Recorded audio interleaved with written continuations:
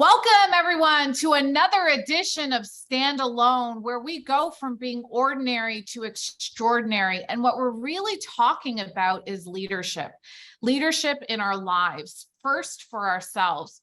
You know, I bring you guys some spectacular guests, but every now and then we take it up a notch. And today is one of those days. You know, in our presence today, we have the one and only Mark Devine.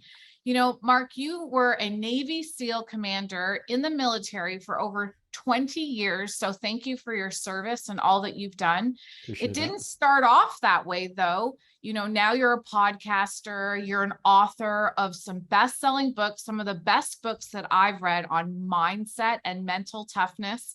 You know, The Way of the SEAL was the first book I read about you, but today I really wanted to talk about staring down the wolf because a Nice. lot of people are really grappling with this issue. So everyone grab this book.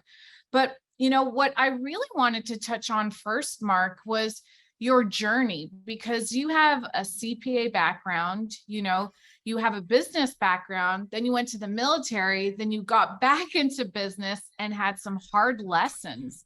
And so just for a background for everyone, you know, what happened in transitioning from going to a CPA into the military? Because a lot of us, Mark, are finding ourselves in that situation where we feel like we have this calling for more, but you know, we want to get the right message. hmm And how did that transition happen for you? And what words of wisdom could you share with us today on how you transitioned from a CPA into becoming a Navy SEAL and then a Navy SEAL commander?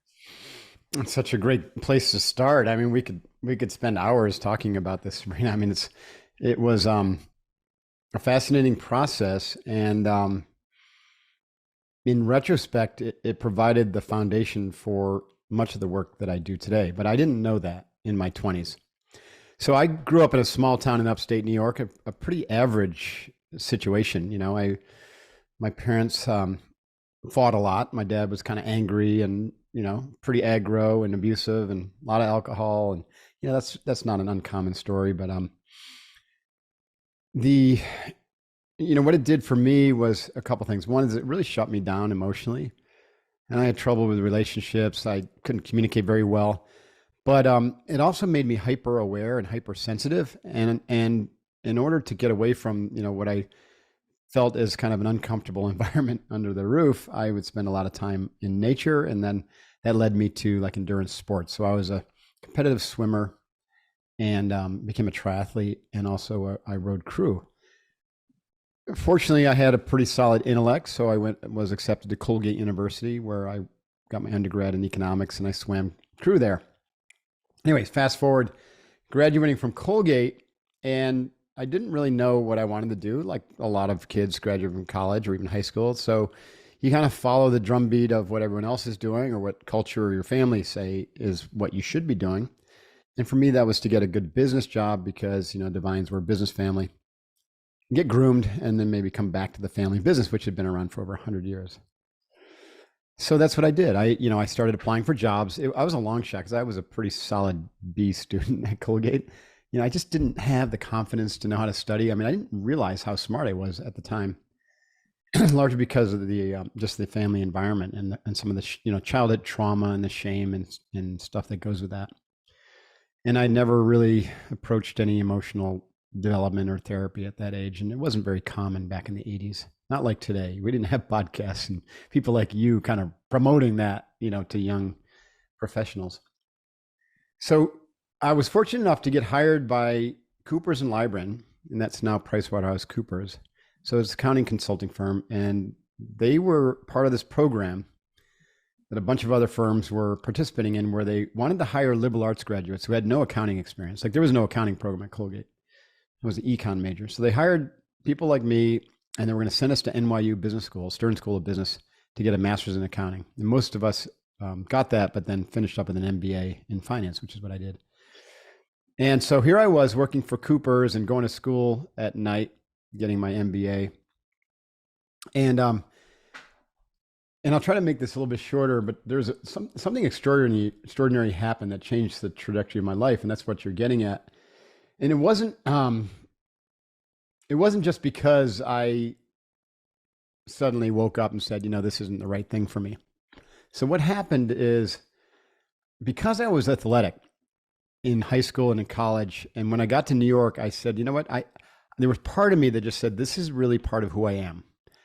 I am not going to let myself, my body or my mind kind of go into that to become what I saw in the corporate world. What I saw were pasty, puffy, fat, overweight, alcoholic, not very happy people who were just grinding out their jobs, climbing the corporate ladder. I said, I'm here, I'm working now, getting my MBA CPA and working here, but this is not who I am. So every morning I would discipline myself to get up every morning and train. And so I would go for a run and do some stretching. And then at lunchtime, I would go to the gym and bang out a high intensity workout. And then in the evening between 5 o'clock when Coopers would let us off to go to school, and 7 o'clock or 7:30 when we had to be at NYU, which is down at the World Trade Center, downtown at the time, most people in my cohort would go home and have dinner and change and, study. And I was looking for something else to do. I didn't have time to go to the New York Athletic Club and row, and I didn't really have time to go biking or anything for my triathlon work. That was all weekend. So I said, I need something different that'll fit in that. And right about the time I was starting to have that conversation with myself, I was walking home to my apartment on 22nd Street. And I was on 23rd and Broadway, and I remember just kind of wandering and pondering, and I heard these shouts coming from the second floor of this building. And I paused and I look up, and I was standing under a sign, and it said World Sado Karate Headquarters. And I was like, oh, that's interesting. Maybe that's it. And I walked up and I found my first real mentor standing in the middle of the floor. And his name was Tadashi Nakamura. Mm-hmm. And so he was the founder of this style of karate called Sado. He had hundreds of thousands of students worldwide. This was this headquarters. The unique thing about this was that he was also a Zen master. So this is where I'm going with this whole story. This is the change in my life. So here I am, kid from upstate New York, pretty average in a lot of ways, B student. Now I'm doing some pretty cool things that people would say is, I'm on the right track, right? I got my MBA at a pretty decent school, working for a top firm, but it's all someone else's story, right? This is a story that my college peers and my parents were living, but it really wasn't mine. I wasn't inspired. I was more inspired by my physical training than the work. So then I find this Zen master, and I notice that he was a Zen master because every Thursday after the black belt class, a small group of about 8 or 10 black belts would meet with him in a corner of the dojo, and the lights would go down, and they would start doing something that was really different than what we were doing in karate. And I asked if I could join that class. There were no white belts. In fact, I thought you had to be a black belt, but he said, yeah, come on and join. And so at 21, I started meditating. And first it was just every Thursday night for an hour. And then I started to really have some great experiences with it. Really cool experiences where, it took like 6 or 8 months before my mind settled enough and really got into a groove of the meditation. And I remember leaving the dojo and being, walking down the streets in New York, taking the subway back to my apartment where I'd moved to over in Park Slope, Brooklyn, and just being in this really light flow state, just feeling really connected. And this is in the middle of Manhattan, which is very crazy, right? And so I said, this is really amazing. And it reminded me of my most happiest moments when I was in nature in upstate New York, when I go out for hours on my own and just hike or run the mountains, and in nature alone, it really felt like that same experience as I would have after sitting on the meditation bench. So if that was it, it would have been really powerful, but there was more going on, because I started to get messages or insights. So while I would meditate, and I turned it into a daily practice. So after my run in the morning, I would sit on my little wooden bench for 20 minutes also.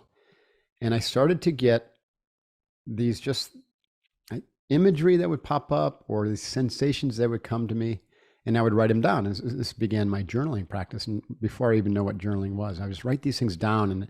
And that led to a pattern of meditation, getting some information, writing it down, and then inquiry, like asking, what is that? Mhm. And it led to like this experience of what I call contrast, where I was getting information about who I was, and I was able to contrast that with how I was living. And I noticed that there was a big gap. And how I was living was in contrast or juxtaposition to the message I was getting that claimed who I was. And what the messages were is that I was a warrior. And I was meant to be a leader of warriors. But nothing about the military, mind you. It's not like I got these messages saying, Mark, you're going to go be a Navy SEAL. I had no idea what the SEALs were, really. I think I had vaguely heard of what they were. But again, back in the 1980s, there wasn't TV shows or even the internet. Like there were a couple books if I had rooted around in the library from Vietnam SEALs, but that was it. So I didn't know anything about them. But I kept getting these messages that I was meant to be a warrior and that I was meant to lead and do kind of hard things and be out in the world in an adventurous way. And yet here I was putting on a suit and tie every day and going and, basically being a bean counter. And I thought, well, what the heck? How could I be heading down this road when I sit and am in my most intimate moments with myself, my heart or spirit or my inner guide is telling me I'm completely off track. Like I'm not following my calling. So it started to be like this existential crisis. I mean, I consider it my midlife crisis at 21. How fortunate am I, right? To get that out of the way. Because, what you described, so many people facing a strong urge or need to align with something that's more intimately passionate for them or what they feel like is their calling, but they don't know how to do it or they're not sure. Or it's not as clear as it was for you because you knew how to empty yourself so that you could really tap into that message instead of just being influenced by like a meme or something on social media. I think this is what we can help people with. Yeah. Correct. Because I don't think that you can maybe get glimpses of it out there. Mm-hmm. You may see how someone else is living. And to be honest, I think social media and our modern culture has like some extraordinarily cool things. And then also, some really, really damaging things. Right. And so you can, it's like you have to be thoughtful about how you use these tools because social media can be very damaging and set you up to feel not good enough, to feel shame because other people are so much more successful or so much more beautiful or so much more fit than you. And it's all a mirage, right? It's just not true.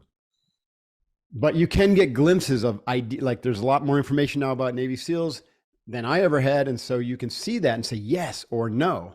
And maybe, that'll inspire you. But the truth of the matter is whether you should or you shouldn't go in that direction, that answer lies within your inner guide or your inner guru. And the only way to access that is to slow down and to learn to listen. And it's very, very difficult for people to do that because we have such a bias toward action and doing and looking outside of ourselves for those answers. And so it really takes a draconian change in your mindset to be able to say, okay, I'm going to stop looking there and I'm going to start looking here inside. And then you can develop a practice around that. And you have to be patient because it's not like going to the gym and suddenly seeing, six-pack abs or bulging biceps in 3 months of work. Like it takes a long time. It requires patience. And the results show up in very subtle ways, but they have a profound impact on your life. And those subtle ways is like the proverbial metaphor of a ship setting sail. And if you're 1 degree off from your true destination, then by the time 10 years goes by, you'll be 320 degrees off. You'll be so far off target. Yes. And by listening to that inner voice, you can kind of keep on tacking closer and closer and closer to the right bearing. So that 10 years from now, through that daily practice and subtly just keep on moving closer and closer to what you perceive to be your calling, which is that inner voice kind of pointing you in that right direction, then you'll largely be on target. without even having to know what that target is when you start the practice? This is profound because I have three beautiful little children, but when I was in business, especially as being a mom, I automatically thought, I need to toughen myself up. I need to get more hard. So I went on the internet and I looked up who's the hardest guy in the world, and then David Goggins popped up. Right. I know And David. then I worked with him for a year and a half. And what he taught me was the complete opposite of what I thought I needed to know. And 2 years ago, I had my whole team read your book, Staring Down the Wolf, because Nice. everything that we were doing, it felt like we were just getting a little off track. And this book helped to pull us back. And I wanted to ask you this question. Do you think that we're ever on the wrong path? Or is it that we go walking towards something, then we have to make a shift here? Because your CPA, I think that made you get to where you are. So then you could get to where your next place is. If you could speak on that, because a lot of people are so anxious today because they feel like they're not at the right place and they feel like they've wasted their whole life. They're leaving their marriage, they're leaving their teams, they're leaving things. And if you could speak on that from your wisdom about just letting people know, do the work inside. So you're not making emotional decisions, but you're making decisions based upon, the ability to discern, the wisdom. And then where did you get that from? I know that you had the mentor, but how did you develop that so that you could really find yourself walking on a good path? Such a great question.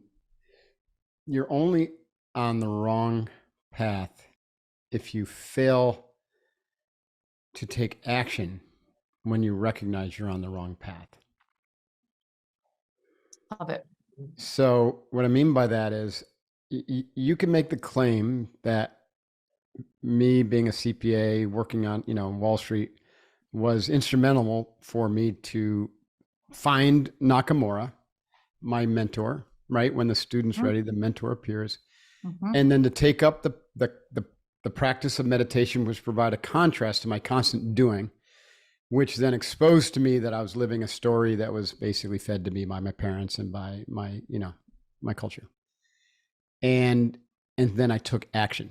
Had I not taken action, we wouldn't be having this conversation, because I would have likely stayed for the money because I didn't want to upset my parents, or I didn't want to be ridiculed by my peers, or I didn't want to, deal with the uncertainty of going into the military, where in the SEALs, I could either not make it and I could be a ship driver, or worse, I could get killed like a lot of my peers and teammates have during the wars. And so there's all those doubts, all that fear, uncertainty, and doubt was certainly playing. It's not like lightning bolts hit me and I said, I'm going to go be a Navy SEAL. It took 2 years of constant meditation, journaling, reflecting, contrasting, overcoming fears and doubts, talking to people, and just moving closer and closer to that decision where, and that's the first of the 7 commitments in Staring Down the Wolf is courage. Yes. Have the courage to say no to that and yes to that. Say yes in service to the higher calling. Had I not had the courage, had I not said yes to that path, I would have stayed. I would have probably been a partner at Cooper's or PricewaterhouseCoopers. I would have gone into finance. I probably would have ended up back at the family business where all of my siblings are. My 2 brothers and sister still running the family business. I probably would have been back there. And I never would have had the growth and the continual opening to my wisdom centers that allowed the flourishing of my calling into the warrior leader, then the warrior teacher, and some might even claim the warrior monk because of the spiritual qualities that have arisen. And honestly, I'd be half the man I am today, and you wouldn't be meeting me. Like, we wouldn't be having this conversation. So that's a fail. That's a fail because I did have that awakening. I did have the awareness, the growing sense that something is wrong. And I think everybody does at some point have the sense, if they're on the wrong path, even if they're 5 or 10 degrees off, like something's off, because your inner guide is always speaking to you, is always telling you. And it tells you in primarily in your feeling states, but also in sometimes with imagery. Like I was getting imagery, and it's not the same imagery as visualization. Visualization is active imagination, and imagery that comes from deep, deep meditation. And I don't mean like guided visualization. I mean, you're just sitting there, you're not thinking, and suddenly you just kind of see something. It's very ephemeral, right? It's almost like a background imagery. It's not foreground imagery. And you could see into the future, and you can see things. You can see people, you can see guides, you can see experiences. That wouldn't have, if you don't take action on that, then and you blow it off as some sort of unique experience or peak experience, and you don't take action on it, then you just begin to have this what Thoreau calls this experience of quiet desperation. And he said that many people live lives of quiet desperation. And the desperation is the sense that you're missing something, that you've missed the path, right? Or you should have access to more joy and peace of mind and bliss, but you haven't been taught where to look for it or how to find it. And so you're grasping for happiness outside of yourself, and grasping for happiness is a fool's errand. I totally agree. Can you elaborate on this, please? Sure. People think that the purpose of life is happiness, and that's not accurate, right? So we are all driven by this mind that is trying to move away from things that it resists, such as pain and distasteful things and ugly things. So you're moving away from those, and you're moving toward things that you desire or you want or you crave. And when you move away from something that's painful, you have a fleeting moment of happiness. And when you arrive at something that you strongly desire, such as getting the mate or the woman or the guy that you've been chasing, or finally getting that wedding ring on, then you also experience a momentary period of happiness. But you always swing back in the opposite direction. So the mind is always kind of chasing pleasure and avoiding pain, and you're swinging back and forth between pleasure and suffering, and ultimately it feels like more like suffering because you're never in a permanent state of happiness. And so that's what I mean by it's a fool errand, because you're chasing the wrong thing. So if you can let go and move away from attachment to all of these things that you're trying to run away from or run toward, and just allow them to present themselves in your life, and not having any expectations whatsoever, but then relentlessly move further and further inward instead of outward toward that inner sense of peace, which is in your heart opening, then you find something that's far greater than happiness, and that is joy. The joy of being aligned in your calling, even if you go from being a $10 million a year Wall Street banker to basically being a gardener, because that's what you're supposed to be doing, right? Or the classic is the woman giving up her high-powered job as a CEO because she knows that she's just supposed to be a mother, right? And to find joy and bliss in that, as opposed to the happiness of the power and the role and the money that came from the CEO job. So the bliss and the joy that comes from turning within and living with the I am okayness of just being who you're meant to be, instead of striving to be what the world wants you to be or what you think someone else wants to be, whether that be your parents or social media. That's where ultimately happiness, if you want to describe happiness as peace of mind and bliss, is found. So how does this apply in a practical sense? Because we still have to make money and all that. Well, I think it applies in putting equal weight on being as you do on doing. And I call the being your field of potential, and I call doing your field of performance. Doing is the, like the Eastern yang, it's action, it's active, it's energetic, it's building, it's masculine. And being is the Eastern yin, which is receptive and it's creative and it's passive, it's calm, it's non-doing, right? The yin energy is internally focused and just okay with being here right now. And there's no sense of time. Right? When you're in yin energy, and this is why meditation is the path toward the yin energy or toward the potential realm. You train your mind to let go of the linear structure of past and future and always moving away from the past and into the future. And everything just presents itself as just a single now moment that is just always here, always now. It's never receding into the past and it's never dripping into the future. Now, then from this place of pure potential, when you spend time there, then you go out into your into the yang and you begin to perform. But the quality of your performance is radically different than if you don't spend time in that inner realm of potential.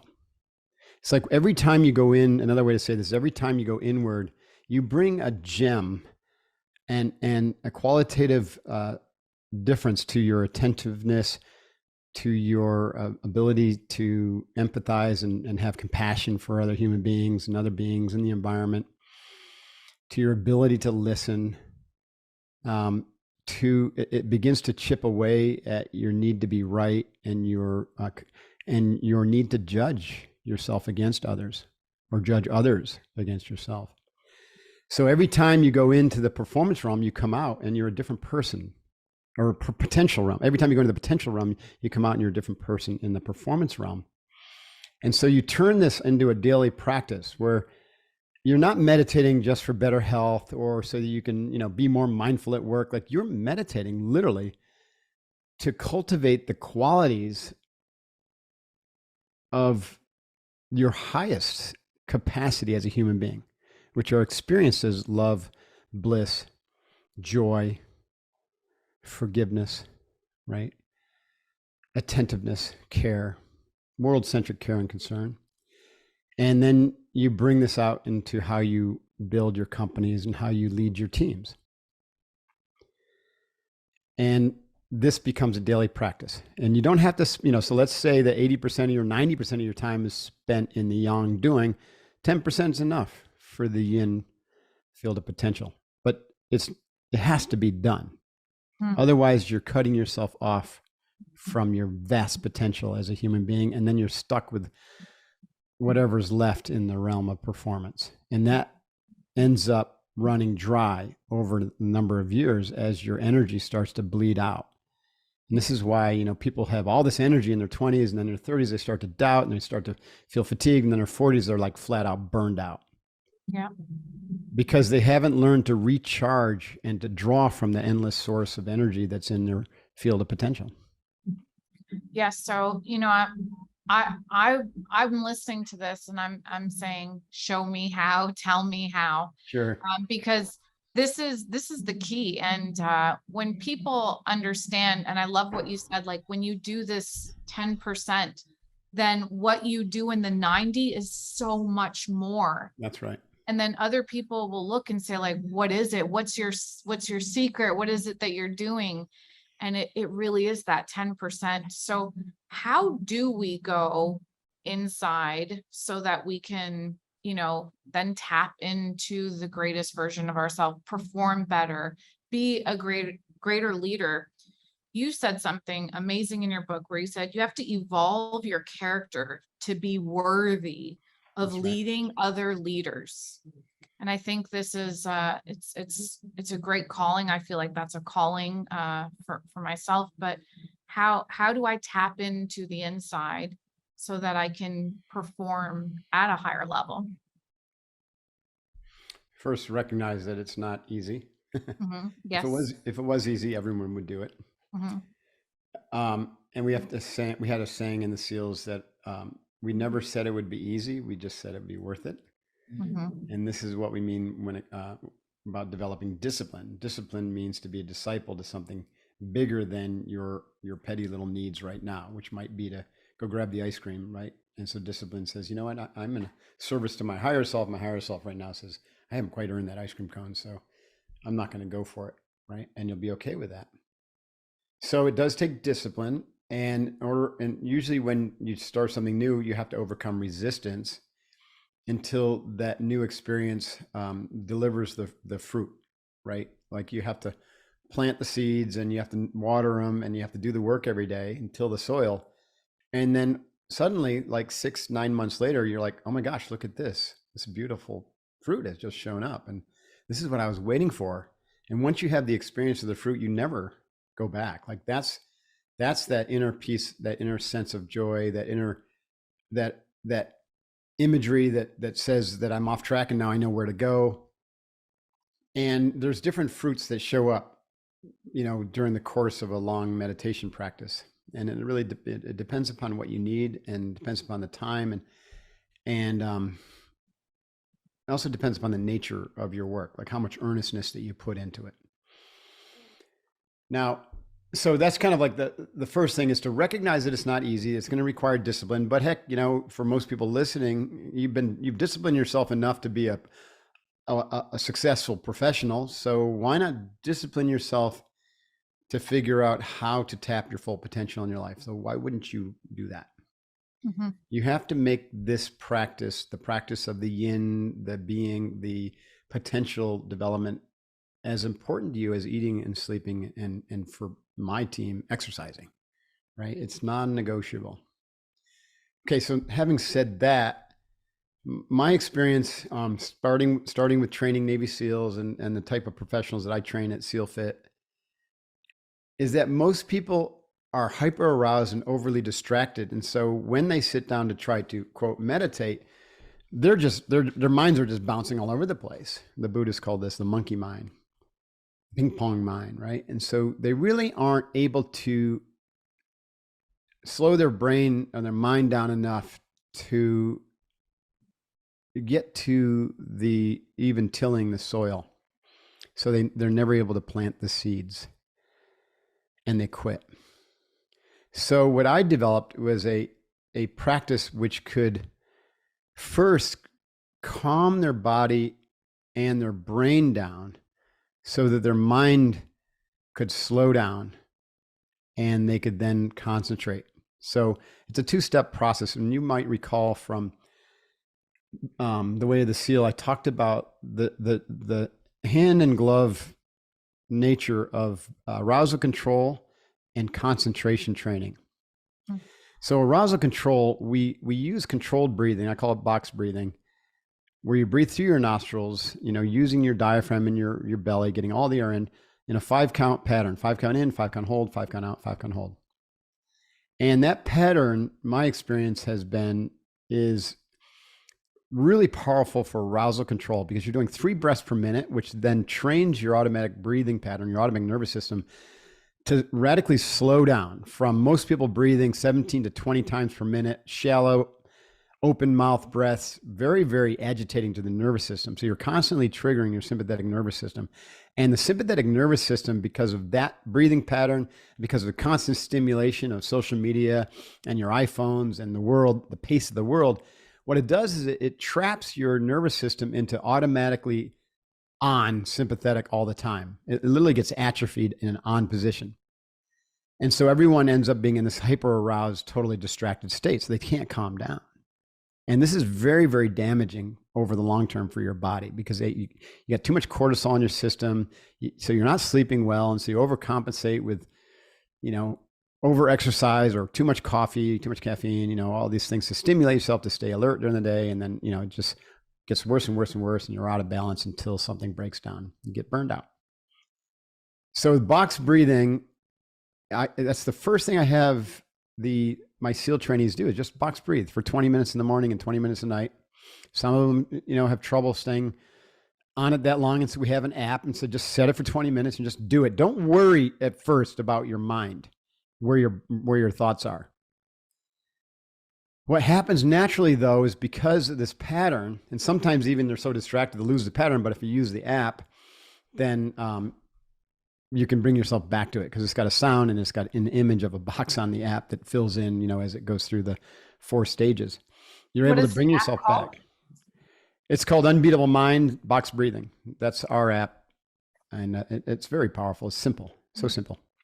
And we even put in there, Westerners want track your progress and some sort of ranking system. So you can get a black belt. We just can't let go in the You can't let West. go. Yeah. So We can't let go. we literally made it so you can get a black belt in box breathing on the app. Anyways, it's kind of funny. So, but my point here is, as you do this practice, it takes a few months. You begin to experience benefits within weeks, sometimes within days.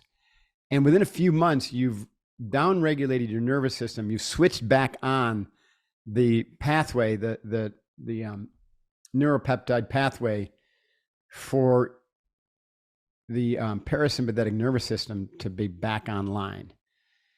And you've bled off a lot of the excess stress in your life. And so what that experience in your body is, it's much calmer so that you can sit and do this practice. You're calmer in everything you do, and you show up already starting to show up very differently with your team and your family. But because your brain is an organ of your body, it allows all of a sudden the brain to access slower frequencies. And so you're able to suddenly dip into alpha, and low beta, high alpha, which is an ideal state for concentration training. So that's where we kind of move to step 2, which is concentration training.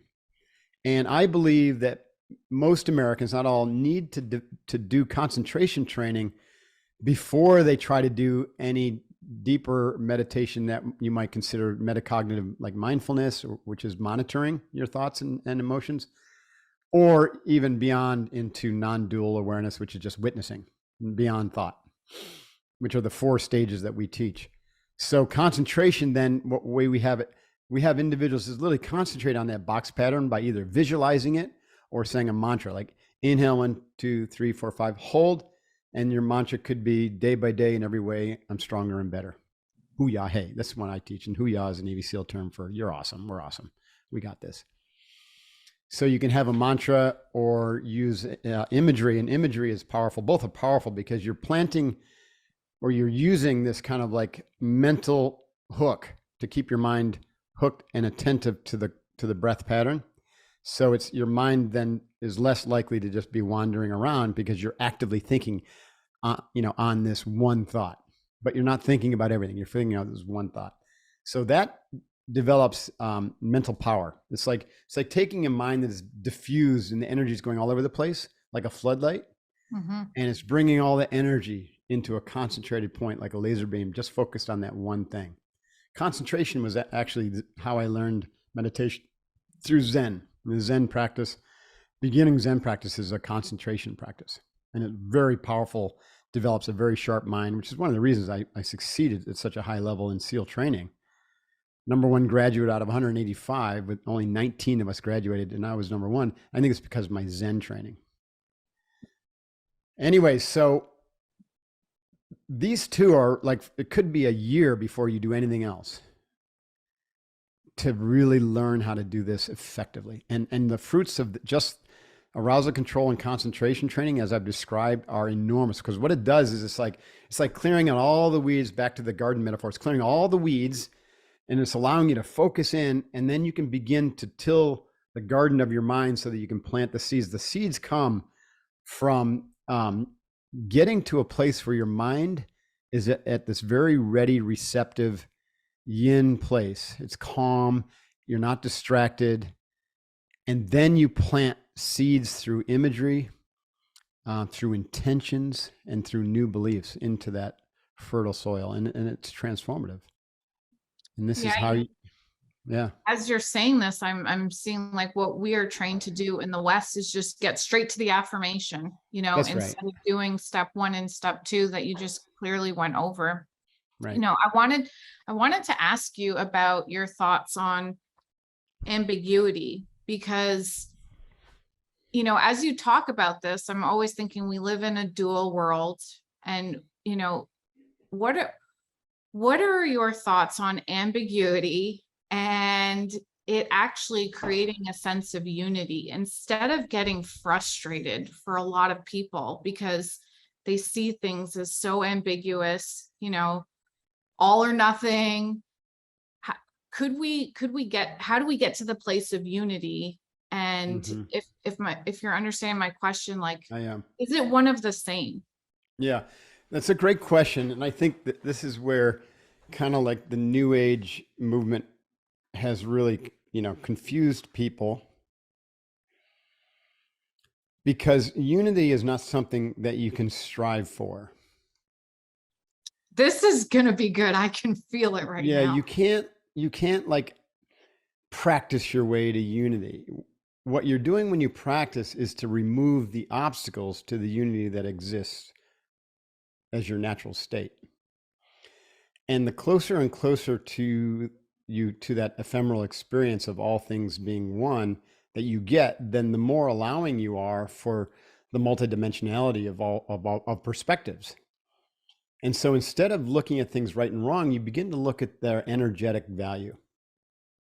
And you can feel into something and say, okay, you know what? This perspective over here has a much higher energetic value to it. It feels lighter. It feels like light, not just lighter, like heavy versus light, but it feels like there's more light energy. There's more love in it. It's more inclusive. And this perspective over here feels a little bit lower vibrational quality. It's got some, fear in it. It's got some dark energy in it. It's got some fighting in it, right? This is kind of how I will go about analyzing kind of what's going on in the culture wars, right? I see a lot of positionality. And so you have one fear-based position fighting another fear-based position, and both of them are at low levels of vibration. And you can look at both of those perspectives and say, you know what? They're not wrong. They're just coming at it from a lower vibration, because anything that comes from a defensive or a fighting posture is going to make the problem worse. And even fighting against a position that is a defensive or fighting with a defensive or a fighting position, like fighting against the war, fighting against drugs with the war on drugs, it absolutely makes it worse, because now you've got two energies vibrating at the same level, which then magnify the problem. So in unity, there's no such thing as good, bad. There's just degrees of reality. And the higher something vibrates, then we in duality will call that good. The lower something vibrates, we in duality will call that bad. Mm-hmm. And so what we're trying to do when we tap into our field of potential is to bring, and earlier when I said we bring back a gem, and this is kind of what I mean from another lens, we bring back a higher vibrational quality, which becomes a permanent part of ourselves. And so the more you meditate and you can tap into that, getting through the arousal control, through the concentration, detaching from your thoughts and emotions so that they're not ruling you. And then you can kind of drop into that non-dual awareness. And it takes some time, and it's ephemeral at first until it becomes more and more stabilized. And this is essentially what awakening means, is when you can stabilize. You have tastes of that, and then you stabilize in a permanent state of that awakened awareness where you're always in touch with that non-dual, and you bring that into your daily actions, and you're not disturbed by the vibratory qualities of the dualistic world.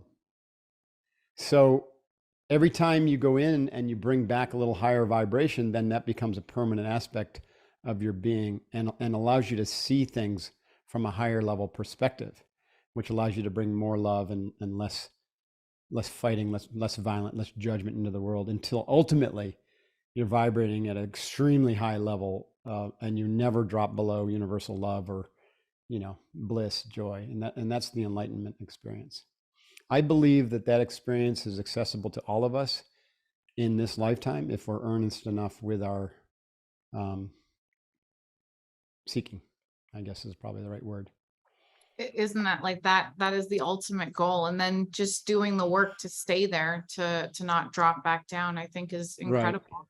But one thing I just want to keep making this distinction, because we have such a bias toward action, even in the realm of spirituality and emotional development. People think that just by doing more and adding more practices and constantly striving, or like treating it like a black belt path, you're going to get there. And the reality is, the way meditation was taught in the ancient world, and especially when you had a guru relationship, was that ultimately the practice becomes an obstacle. Right? Can you elaborate on that? Yeah. So if you always say you're breathing and you're into, box breathing, or someone's really into Wim Hof. Well, Wim Hof is great, but there's a point pretty quickly with that intense breathing where it becomes an obstacle, and it can lead to a real imbalance, right? So it might be useful for a little while, but then you want to drop it and move on. Same thing with concentration, right? So this is one of my mistakes, and I had to learn this from a Zajjan teacher, which is a Tibetan, really advanced practice. He said, Mark, you have overly developed your concentration skills, so that when you're trying to get to the higher stages now of meditation, or the more advanced, or dropping into the non-dual awareness, what I call your holographic mind, which is right at the center, projecting your reality, to including your body into this world. My power of concentration was so intense that it wasn't allowing me to just surrender, because I was still actively trying to find part of my being, which is not findable with the mind. So non-dual awareness isn't something you can experience with the mind. It's when the mind gets out of the way. And the Zen call that mu, or no mind. It's when the mind gets out of the way, then you experience that. And it has a qualitatively different experience than the consciousness of your mind. We call that pure awareness. And pure awareness is the aspect of you that is just always, that knows you're alive. The aspect of you that is watching your mind, watch your thoughts. When you have a mindfulness practice, it's the part of you that is watching your mind, watch your thoughts and emotions, right? And so meditation practice, first, it has this quality of controlling and arousing, de-arousing, de-stressing your body, like I talked about. Then being able to concentrate your mind, and that's like a flashlight. But most people are still having that flashlight pointed outward.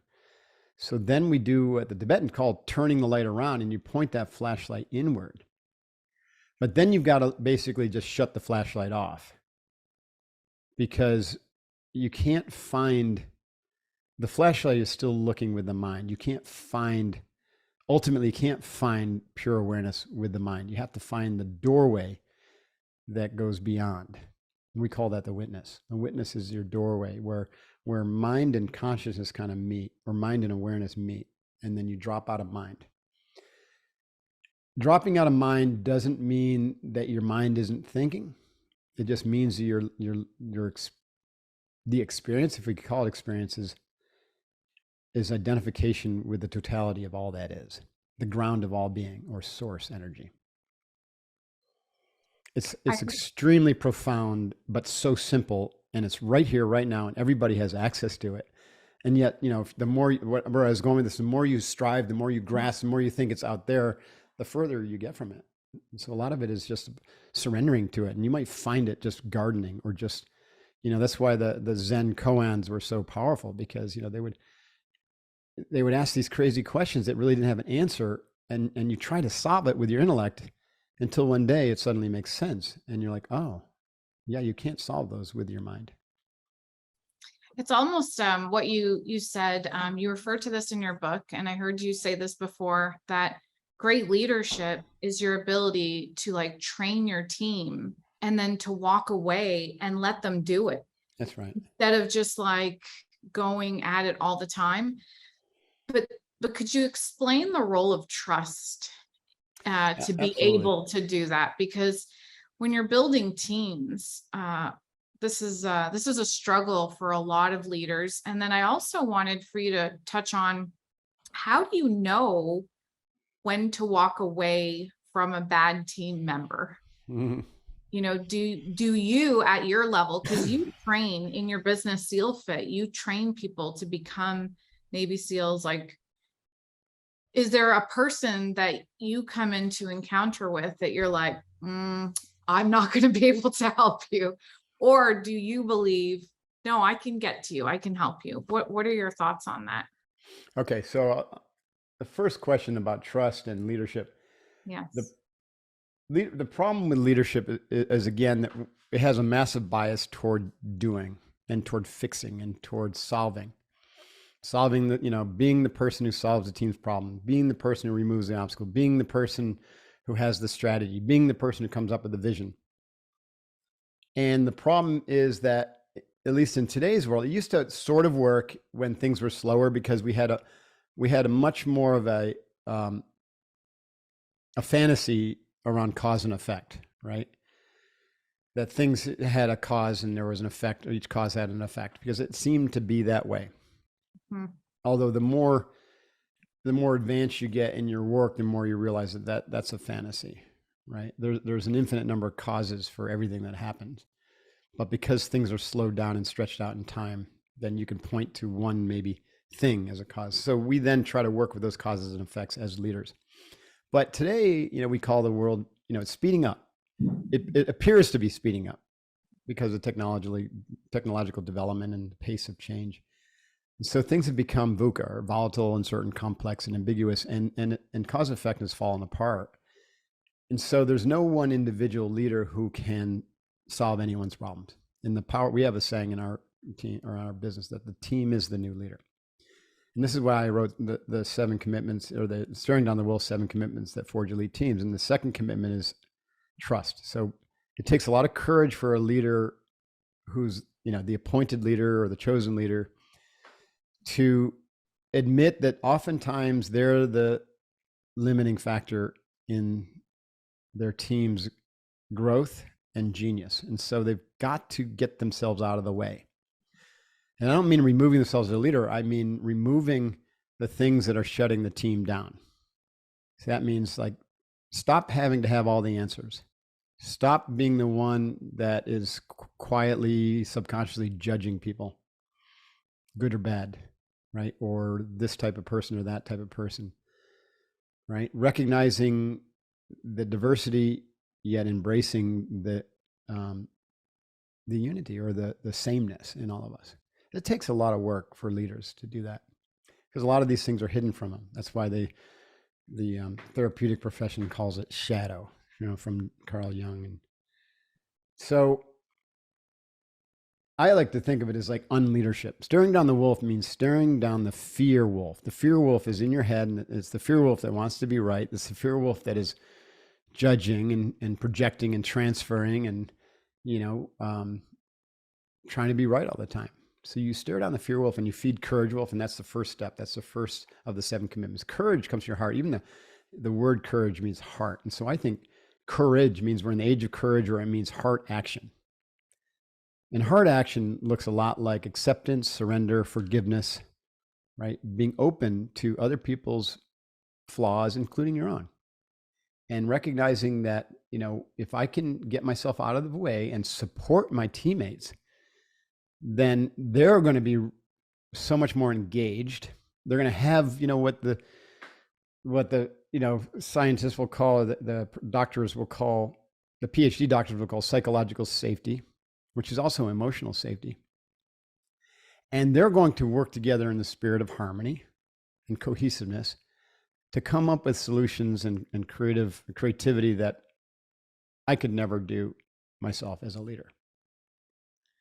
So I almost look at, like, the most powerful leadership training for leaders today is unleadership. Stop trying so hard.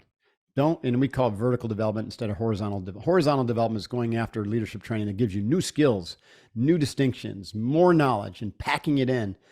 And all of that is the obstacle, because, your team doesn't need those things. They need you to support them and to allow them to work together in the spirit of total trust that you've got their back, and that if they fail, They're not going to get reprimanded. They're not going to lose their jobs. They're not going to, right? They're not going to be judged. So that allows them to up the level of risk and their level of, sharing and what they bring to the table. So they stop holding back.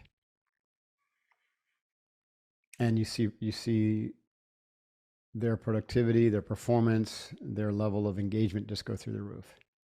This is how we knew when one SEAL team was operating at that level, they just never failed. And then other platoons, maybe where you had a leader who didn't quite get that, and they were trying to, be the positional leader, or lording their rank over people, which is also quite common. They just couldn't perform at the level.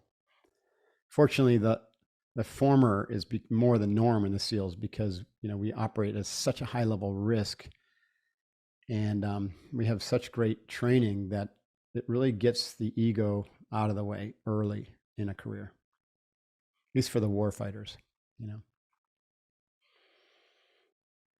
I don't know if I answered your question. I probably rambled on a little bit there. That was amazing with the trust. And then we just have the second part with, is there a person or a time where you say, I'm going to back off from this now?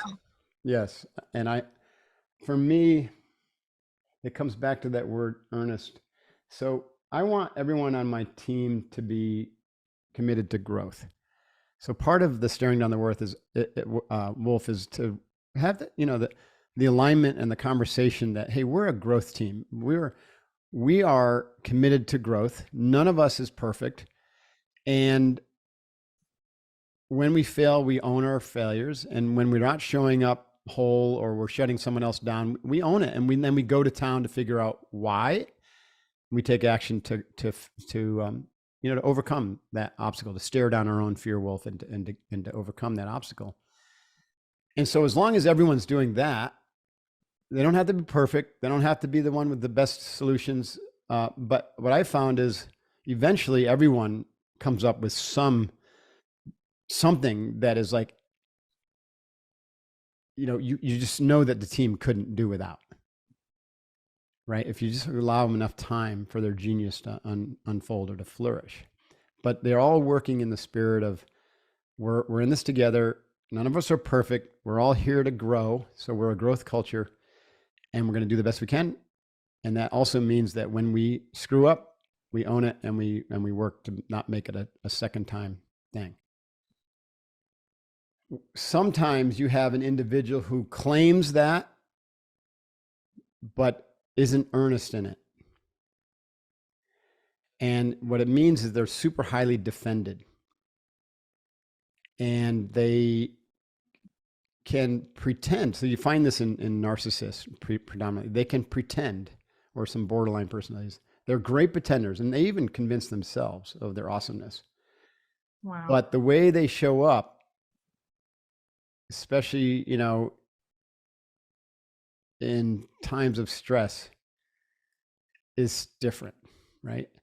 And when they're called out on it, instead of owning it and being like, oh shit, that's really bad. I'm sorry. You know what I mean? I had no idea that I was landing that way.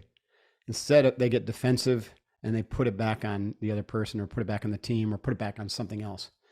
When you find that, and that happens more than once, you know that person is beyond your level of help, and your team needs to move on because you got an important mission to do, and their work is going to be somewhere else, right? And part of their lesson is to get let go, so they have the experience of, not being perfect. And they will blame you. I've had this several times where suddenly, I saw this and I'm like, oh, wow. Okay. Because, part of my childhood trauma was like, I was blind to narcissists. I was like a magnet. And when I finally recognized it and I let them go and I treated them with extreme grace, right? Never a negative word or, nothing, but they would just turn on me like pit bulls and start attacking my character, stealing my clients, poaching my coaches, starting competing businesses with events on the same weekends, and this happened to me several times. And so I had to look at myself and say, wow, what's going on where I'm attracting those people? What's my lesson? What was the lesson? that my lesson was that a lot of these things that we have to stare down are from early childhood trauma. And so you literally get to a point in your life where you're like, you're trying to unwind the first 5 years of your life. And it feels embarrassing, but then you're like, oh shit, this is what it means to be human. We come in here and we get all this training and imprinting and conditioning early on. And then we live those patterns out for the rest of our life, and we're not even aware of it.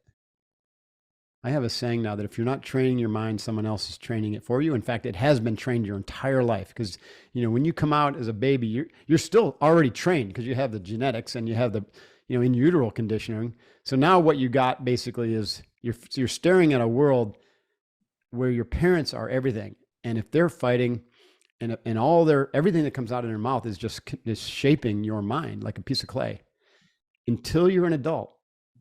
And at that point, you have the autonomy to begin to look at how your mind was shaped and begin to reshape it in a way that is what you're meant to look like and feel like and act like and believe. And most people don't get that until later on in their life, after they've been slammed hard a number of times. So that was my lesson, was like, oh shit, wow, that pattern now has shown up 3 times, and I have to get to the root of it. And the root of it was, when I was earliest childhood memory, 18 months, and I'm sitting in a high chair. Can you imagine remembering something at 18 months? It's crazy. Remembered that. I remember this, and I'm sitting in a high chair, and it's my birthday party, and my mom brings this birthday cake, and they're singing happy birthday. And this is classic Mark Divine. She sets it down in the tray, and I just go, wham, launch it against the wall. Clearly, I was pissed. Oh my goodness. Spirit was pissed. It's like, why the F was I brought into this situation? You know what I mean? But I believe that I did it. My spirit chose that. I don't know. That's just my belief. So I had to work through that and come to a place of clarity around the lessons I was supposed to learn from that childhood, and both mom and dad, and also the capacity to forgive them and to love them in spite of it. And when I did that, then all the energy that attracted narcissism and losers and crazy things into my life just went away, just disappeared. Mark, I knew that I would probably gain the most out of this conversation. Our audience is global, so I know the world will be impacted from this hour. It's funny. I got a lot of messages that people always say, like, oh, your conversations, they're very enlightening. I have never had the sun shift during an interview and literally pour light on me. I love that. I've been watching that. Like, you're absolutely glowing right now. I am glowing. I feel like I had to work on my, I just feel so good right now. And I just really sincerely, I hope the only words that I can say are thank you to you. Thank you for your life. Thank you for your choices. Thank you for your just being a good human being on planet Earth. And most of all, thank you for being a person with a warrior spirit that then entrains even a person like me, who is a civilian, but so grateful for warriors to also carry that warrior spirit inside of me. So I know you have impacted so many. I look forward to doing work with you in the future with my team. We read your books, and I'm always searching for how can we go to the next level. And I think we found it today. So thank you so much. If I could just say, the work you're doing and others like us is so important. And there's a reason that warriors like me and Goggins and Jocko are like kind of leading from the front right now, is because we are going through a very tumultuous period. There's a lot of consciousness expansion, like this conversation. Can you imagine having this 10 years ago even? Right? So like, I'm at a point in my life, just like you are, where there's no stone unturned, right? We're not holding anything back.